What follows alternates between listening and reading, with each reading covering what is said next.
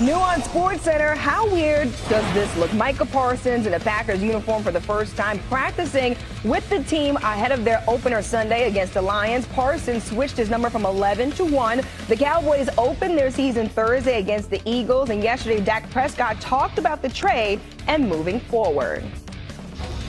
I can't say I was completely surprised, but I definitely didn't think he was going to get traded. I'll say that. But just with the way that their negotiations went down, obviously, to some extent, I mean, hell, y'all were asking me questions. It seemed like it got personal on their ends. So that's why I wasn't surprised. If nothing would have been done, we'd sit here and y'all still would have been asking me whether he was playing in a couple of days or when he was going to be playing. That would be a lot more of a headache and distraction than getting a solution to it. I know adding a guy like Kenny Clark, adding a true leader, a real man that's going to only elevate this team, who's been a Pro Bowl player and is excited about being here. Sam Acho still with us, an NFL insider. Dan Graziano joins us right now. And Dan, we just heard from Dak Prescott. What are you hearing about how the Cowboys defense is preparing for week 1 without Micah Parsons on that field?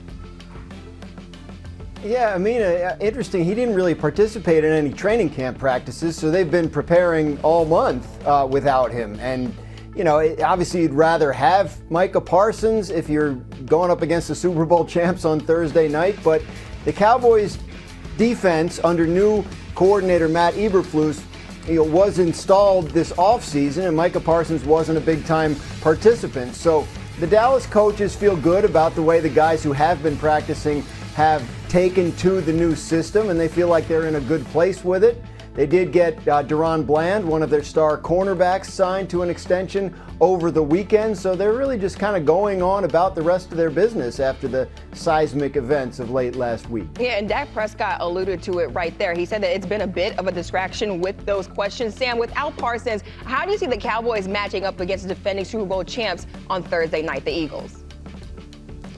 Well, I think they have a better opportunity, not just because without Micah Parsons, but because the addition of Kenny Clark. Kenny Clark is one of the most dominant run stoppers on the interior in the NFL. And what is the Philadelphia Eagles' strength? It's to run the ball. What was the Dallas Cowboys' weakness? It was against the run. Kenny Clark helped this Green Bay Packers defense to be one of the better defenses against the run during his tenure as a Packer. He plays with great hands, great violence, and also can rush the quarterback as well. When Philly was at their best, they were top number 1 in running the ball last year. Even Nick Sirianni's first year, they're top number 1 and number 2 when it came to running the ball. Dallas has struggled in that area with Kenny Clark and also Matt Eberflus. They will be significantly better. Yeah, and there's another game Friday night where the Chiefs will play the Chargers in Sao Paulo, Brazil. Patrick Mahomes spoke yesterday on one of the biggest challenges ahead of Friday. Take a listen. The trainers and coaches have really done the research, and they understand what we need to do. So now it's just going down there and playing football. And I think more than anything, it was just explaining to some guys how far the trip was. Some guys didn't understand how far the travel was. Travis, even though he just was down there like last year. So I was just explaining to him how the globe works. Not Travis catching strays. I'm sure that Travis understands how the globe works, but those two are always joking with each other. Dan, we know there were offseason questions regarding the Chiefs' offense, specifically with that offensive line. How are the Chiefs feeling about that offense heading into the season and week 1? Yeah, you mentioned the offensive line. That's the key. Can the rookie Josh Simmons hold down the left tackle spot right away? He was their first-round pick for a reason, and so far, my understanding is he's been everything they hoped he would be.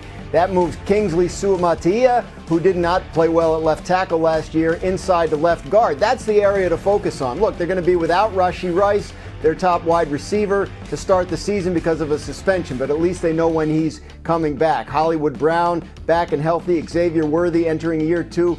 Isaiah Pacheco, the running back and healthy. They feel pretty good about the offense, but a lot will be determined by how those two guys on the left side of the offensive line handle it. Yeah, the Chiefs getting some key pieces on that offense back. Acho, what are you eyeing in this matchup down there in Brazil? I'm eyeing the Chiefs. Really, I'm Patrick Mahomes in the running game as a quarterback, using the quarterback run versus the Chargers defense. Chargers last year had the number 1 defense in the NFL. Patrick Mahomes, even in the preseason, you saw him be quicker to tuck it and run. If the number 1 defense is taking away your targets, let's say Derwin James is taking away or slowing down Travis Kelce, Mahomes is going to have a better opportunity to use his legs as a quarterback. So I'm going to watch what is taken away from Kansas City, and then what Mahomes does with his legs. And so, Acho, on Sunday, you said on SportsCenter that the Cowboys will start their season 3-0. Some people thought you were out your mind. The Chiefs have a tough start to their schedule. Chargers in Brazil, then facing the Eagles, and then back on the road for the Giants. What's a bold prediction that you have for the Chiefs to start this season?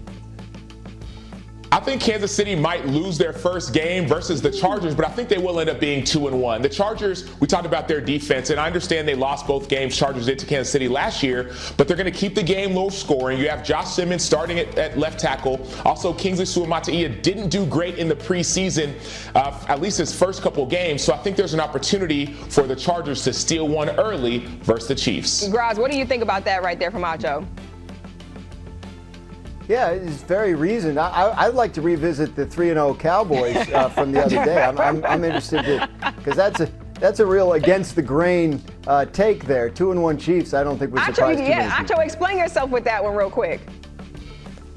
So we talked about it. Let's look at the offensive line of Philadelphia. They're starting, well, number one, Landon Dickerson, left guard, coming off an injury. You have another guard, Tyler Steen as well, first-time starter. Kenny Clark put him in there. But also week 2, you got the New York Giants. There's a lot of question marks in New York. I think that the Cowboys could win that game. And then the Chicago Bears. We're excited about Caleb Williams, but there was some struggle with the Chicago Bears at least last season, even in the preseason. So I think there's a good chance, and I still believe that 3-0 was very realistic for Dallas. Now, later on in the season might struggle, but at least early on, I think it's going to be their strength. Graz, I feel like you're buying it now. We'll revisit it. I'll ask you in the break if you're really still buying the Cowboys stuff.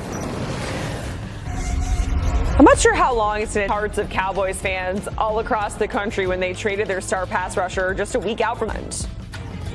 Let's welcome in our NFL analyst, Tyler Sullivan. So Micah, now a Packer, playing in the NFC North. So Tyler, where does he stack up in terms of edge rushers in this new division?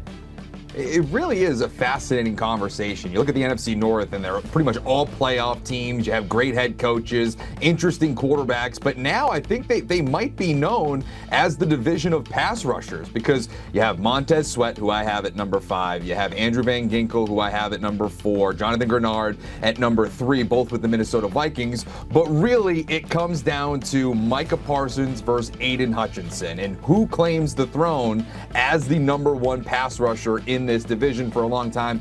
It's been Aiden Hutchinson, but I think he's been knocked off the throne. I still think it's Micah Parsons as the number 1 pass rusher. Aiden Hutchinson, slight number 2. And when I say slight, he could very easily take over by season's end because you look at these numbers last year, 7.5 sacks through 6 games. And really, it was only like 5 games because he injured himself in week 6. You talk about the quarterback hits, you talk about the pressures. He had a 25% pressure rate last season, and that was the best among pass rushers with 100-plus pass rushing snaps last season. I know it's a small sample size because he played so little, but overall, you're talking about an impact player for the Detroit Lions. But you look at Micah Parsons, a slight tick better. And you can see over the last 2 seasons, Parsons has a better sack total, but you say, okay, well, Aiden Hutchinson missed half the year.